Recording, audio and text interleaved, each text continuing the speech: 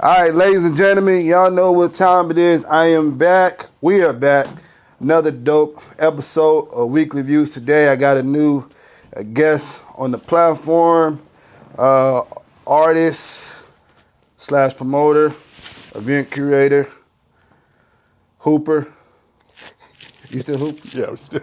Okay, all right, cool. This man does so many things. All about the growth, Illumini, Loud City Society representing. We got Diversity in the house today.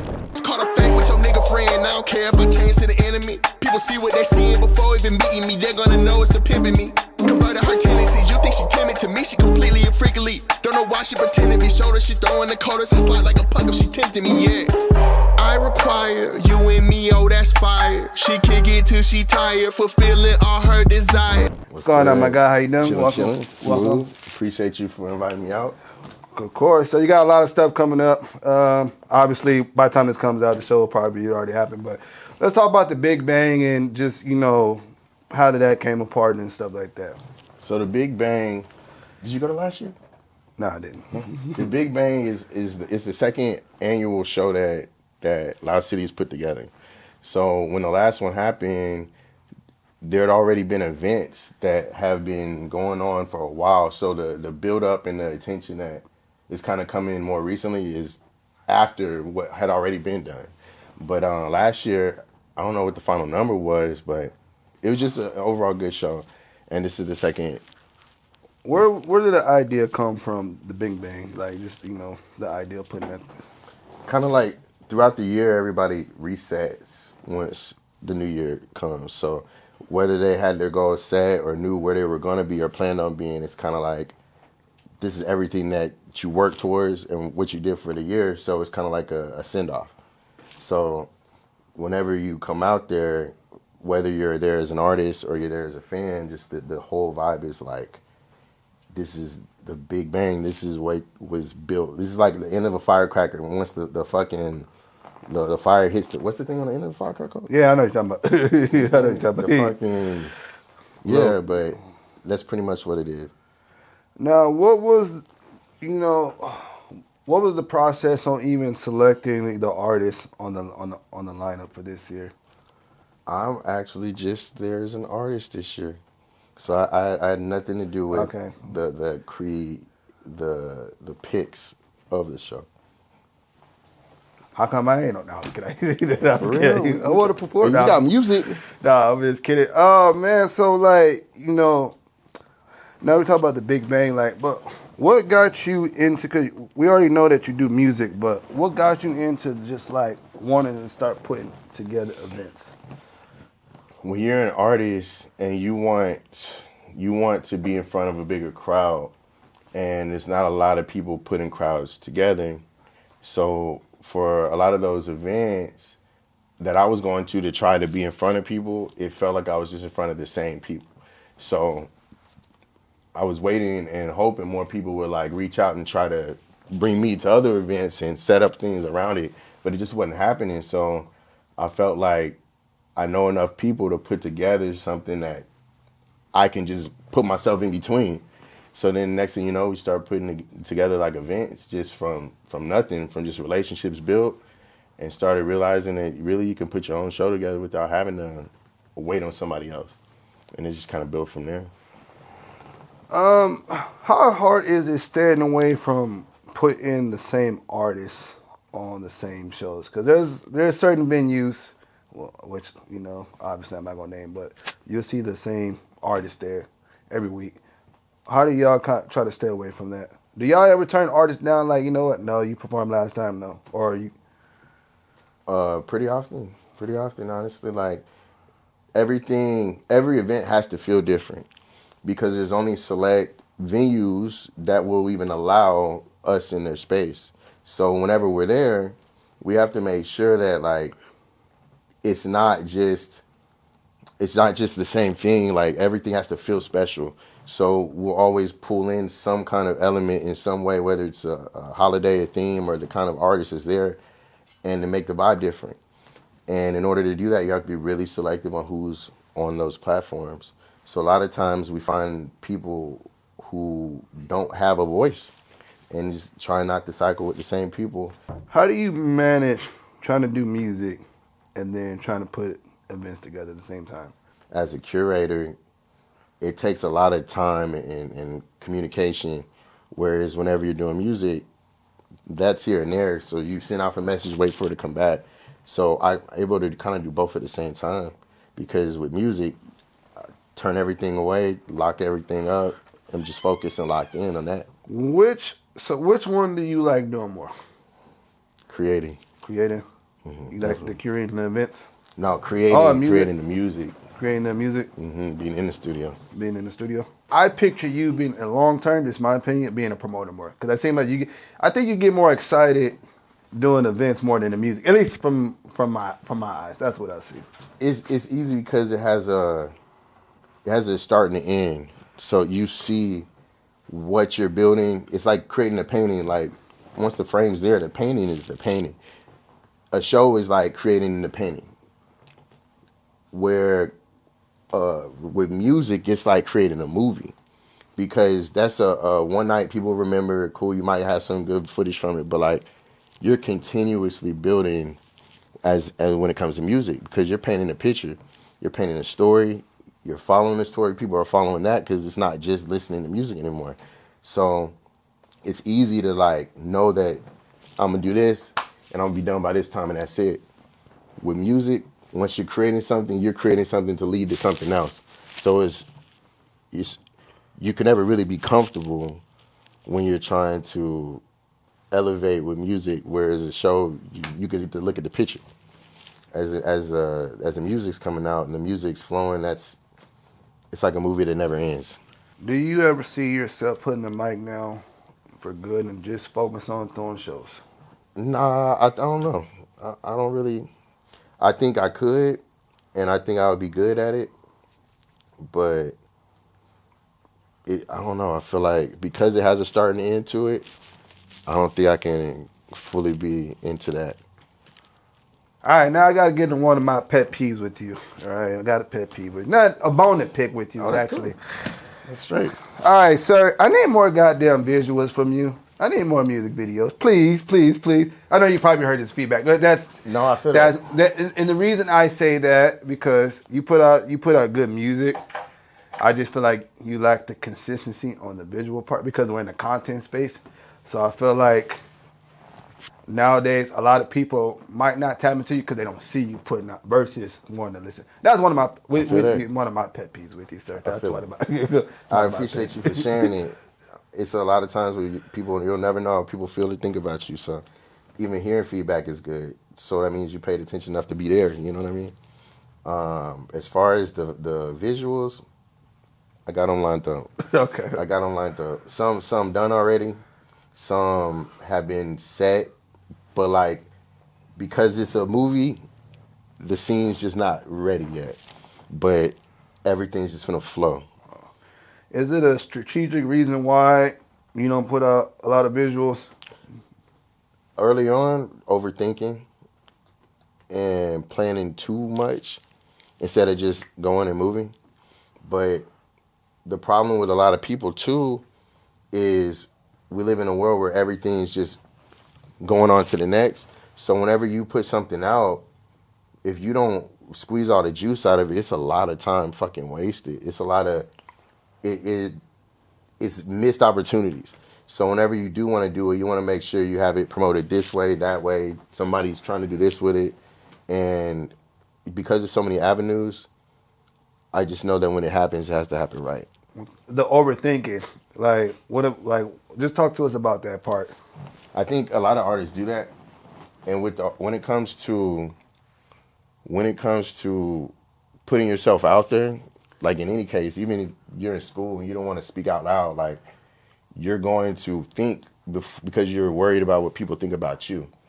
And so you want to make sure the best version of the painting that you're creating, the movie that you're creating, is how you depict it. So whenever you see something missing in the element of what you're trying to create, it makes you hold back. I think that's what a lot of people do, and whether they know that's the reason why or not, it's a mix of that, and second guessing yourself and not being sure about yourself. But it kind of goes both ways, because if you're too sure about yourself, you don't got time to consider other routes. But then you might be in somebody's face, and then you can figure out a path later. So everybody's path's different. Do you feel like you not putting out enough visuals, you got passed up on by a lot of artists in the city? I'll say so. Yeah. I'll say. Luckily, I don't really compare myself to a lot of people, because it's my own like lane, my own created like path. But out of the things that I would consider competition, or like I would compare myself to, I know a lot of things that I do that they don't or can't do. You know what I mean? So Talk your shit, man. Tell. No, right now, it's a lot of lanes of being an artist, and some people don't take time to perfect some of those lanes. So if you're good doing this, and you're known for this, and you're getting paid for this, like, continue to do it. But if there's an event and I know that you're doing all this and I want to pay you to come out to this event, I'm paying you because I think you could bring people out. Good segue. And if you can't bring people out, why would I want to be in the same, you know what I'm saying? Yeah, now we get to the good. All right, good segue. So, obviously, and it's been talked, shout out to Mozzie, and they kind of alley-ooped off this, your status, that controversy on bringing to the table. So, you have put out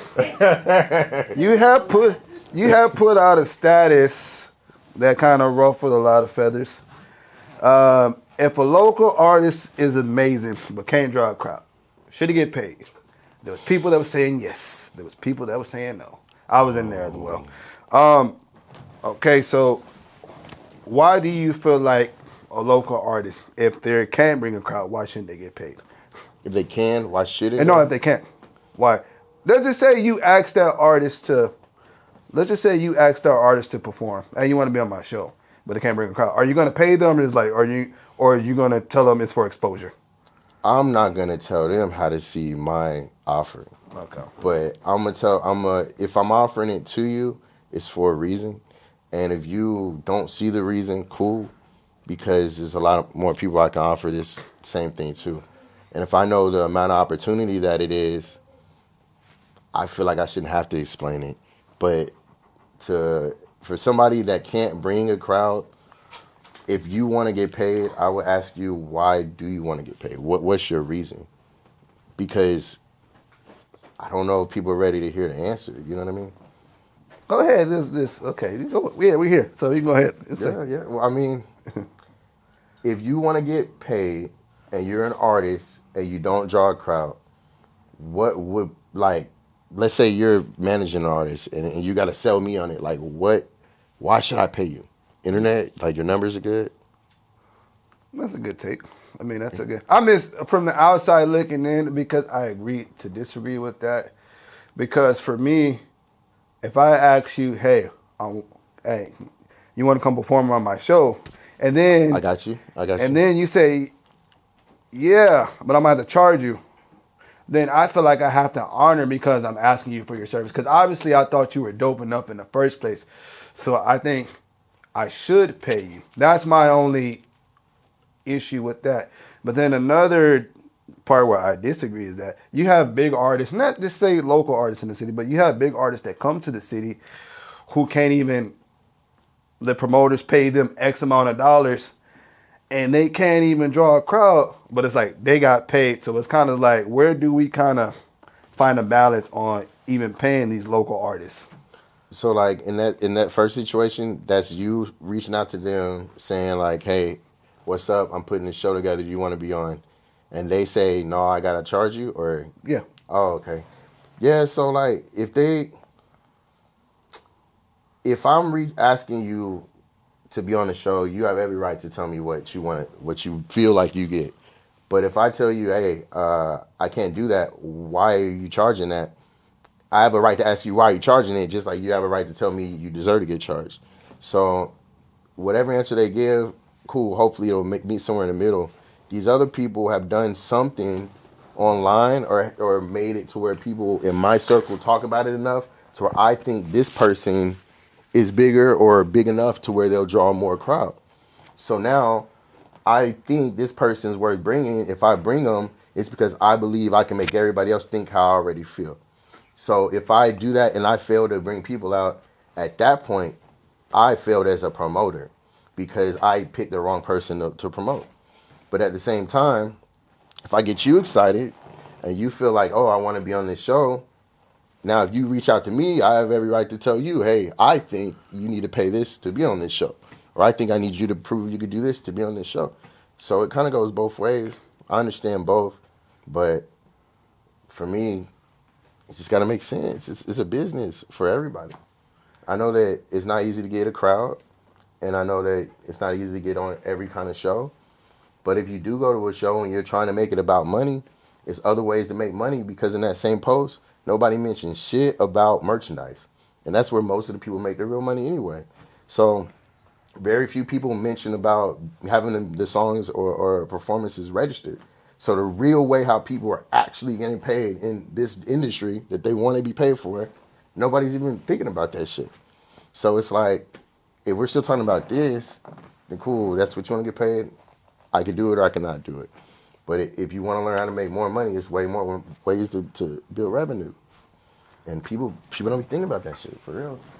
Yeah, it was a good combo. I just kind of disagree. Like, well, they shouldn't get paid. But I feel like if for me personally, if I'm reaching out to this artist and I want them on that show, I feel like I should pay them off rip because nobody likes no free shit.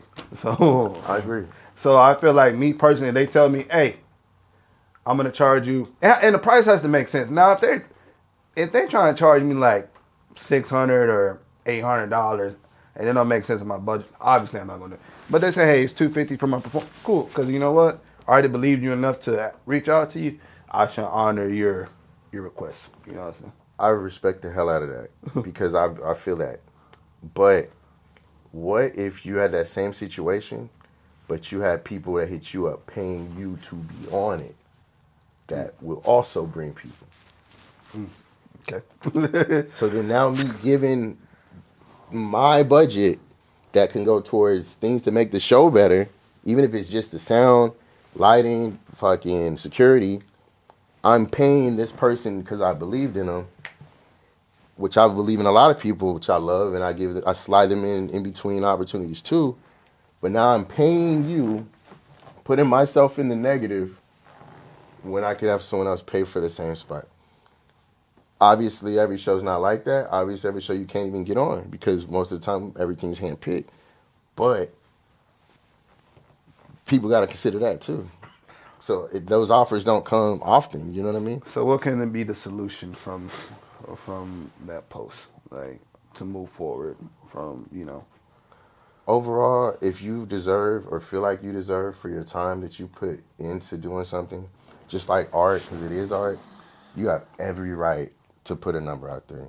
And if I believe in your art that you tell me, I will pay that amount if I feel like that person deserves it. But like business-wise, all the other shit has to come into consideration. So it's just off of relationships, communication, really popping up to events, those conversations go smoother. And a lot of these people that do demand those prices don't be outside. I've never seen them in person. So why am I going to pay you? And why I may believe in their music, but I believe in the people I see face to face, come shake my hand, pay to get in, buy drinks at whenever, you know what I'm saying? So those people get those offers first because it's harder because I'm not seeing them. So you got to step outside to be outside. Respect, I agree. Now, have you ever thought about this though? Because we shout out to AR, she know, but we were able to create a system where, especially if it's a hand-picked lineup and you're not paying them up front, something to wear off the tickets. Have you tried doing that too, where they get a certain percentage off of tickets, or have you done that with local artists? Yeah, so like, if I do something like that, it would be more like a slide thing. Like this artist costs so much or this amount to bring. I don't need to have artists open, but if I did have this opportunity, I would let you sell so and so amount of tickets, but then usually you'll get a profit out of something like that too. So in a sense, you can kind of pay yourself, but then that goes back to that's if you can bring people out. But then if you can't, it's still cool to be on some of those events. But those are different as far as like what y'all do. Just being able to pay. I'm retired. What she do, I'm retired now. You're done? I'll come back one of these days. I be bullshitting, so you never know. I've been to some, like, they've been successful. Yeah. You should definitely do another one. Shout out to her. Speaking of her, man, how has it been working with her these past? It's been like what, 2 years, 3? It's been like 3 years, 3 years now for y'all. Going on three. What's it like working with her? I know personally, cause man, she'll tell you like, hey, nah. She put her foot down on certain shit. Which is good. I ain't mad at it. Yeah, so AR, we met from just me being outside, being at a couple events.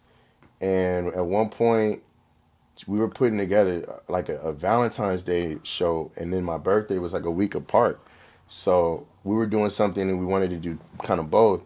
And we ended up like inviting her out and bringing her on. I forgot how or why, but it just turned into a relationship, turned into being the manager on the music side, turned into being the business partner.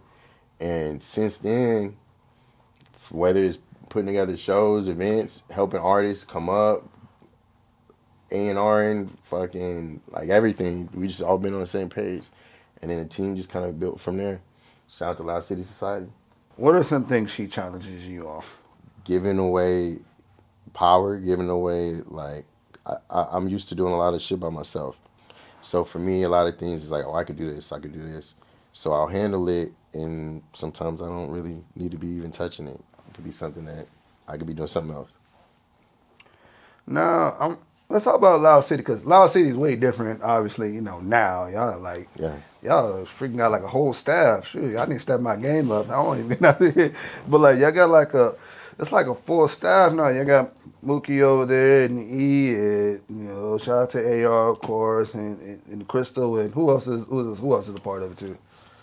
Who's there? Kevin McGee. Kevin. Mm-hmm. The Smile Guy, which is Brightside Productions. I think that you name everybody. Sonia. You've seen her like pop in and pop out.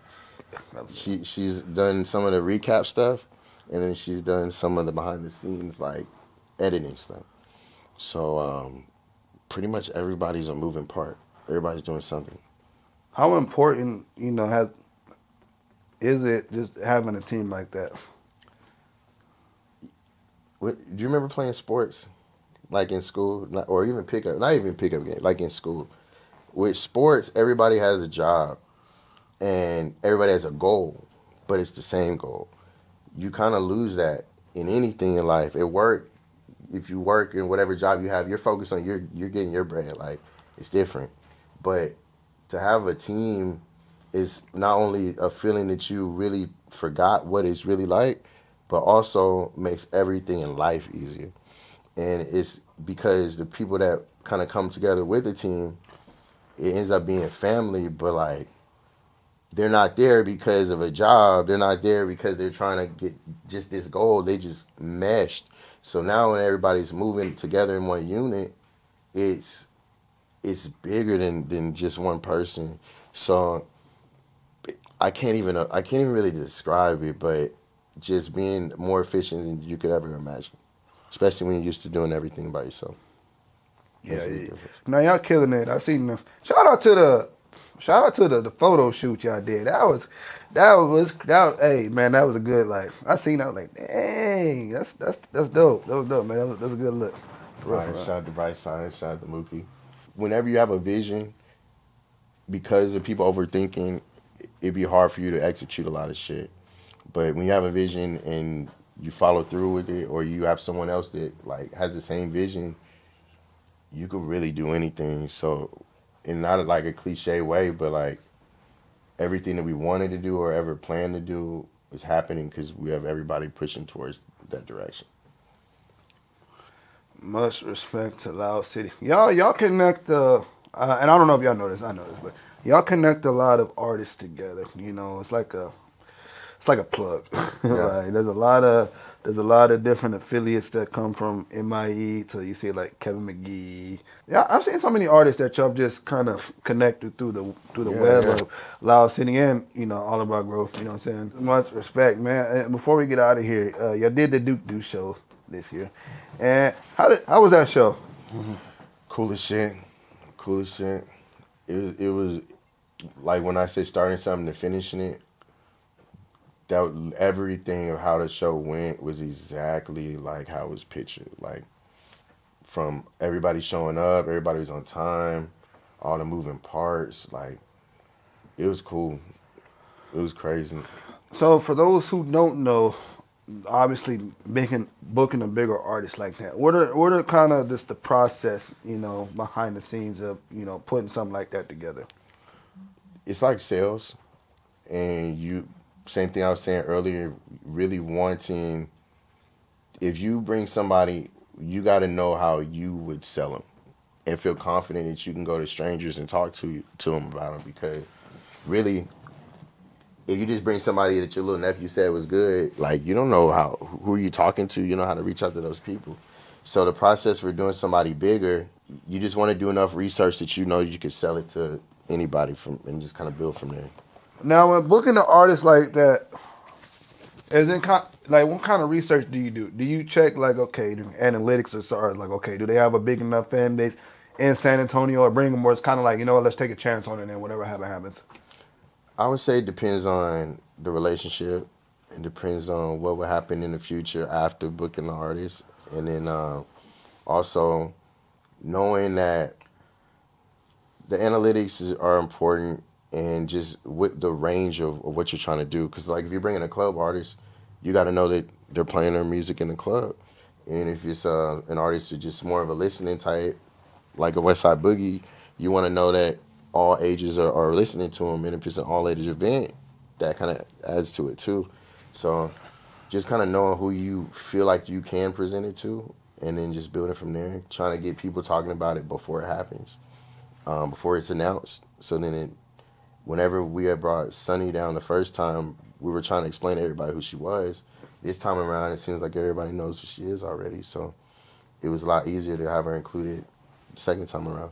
Well, much respect to y'all, to Loud City and Double AD for all the hard work y'all been doing out here. Super love. Yeah, seriously. I don't really go out to a lot of events. Y'all rarely see me outside. But if I do, it has to be one of y'all, because I feel like the quality is the artist, and then also the quality of the flyers, because some of these flyers I'll be seeing, look, come on, man. Look, y'all need to pay, invest in some, because y'all looking horrible out here with some of these flyers. That's another reason too why I go like the flyer. Like when I seen that group photo for the Big Bang, I said, oh yeah, I gotta go. It kind of remind me of something I was seeing like in Double XL or even Vibe, just kind of a promotion. Y'all been doing a lot of promo for this event, you know what I'm saying, and y'all got some good acts on there too. So Yeah. shout out to all the moving parts involved too, man, for real. It's been a pleasure seeing you grow. Obviously, when I first knew you, you were an artist, and so you know what I'm saying. Now it's the kind of seeing you transforming into promoter and stuff. It's cool to watch. It's cool to watch too, because it's like, okay, now you're evolving. You know what I'm saying. And Definitely. you definitely have to wear more than one hat in this game if you want to remain relevant. So, but 2024, what can we expect from you music wise? If you can open up. Yeah. Projects, visuals, lots of visuals, collabs. It's some collabs that I have, some songs that I had worked on. I know about some collabs that you got. You know about a couple? I heard. They're solid, but like it just didn't make sense at that time, because a lot of relationships I have with people don't know I have relationships with them. So I don't want to just, whenever I do a song with somebody, like we put out the song. So it's a process, but yeah, a lot, everything. All right, well, look, folks, this was Weekly Views, another dope episode with Diversity. Appreciate you coming on the platform. Definitely. Shout out to AR for helping, putting this together as well. Shout out to everybody in Loud City, too. Your whole camp over there, AAG, MIE, all y'all's affiliates, you know what I'm saying? I don't know everybody y'all affiliated with it, but shout out to y'all. Hey, well, look, it's your man Jay Ross, another dope episode of Weekly Views. Make sure y'all tune in. Yeah.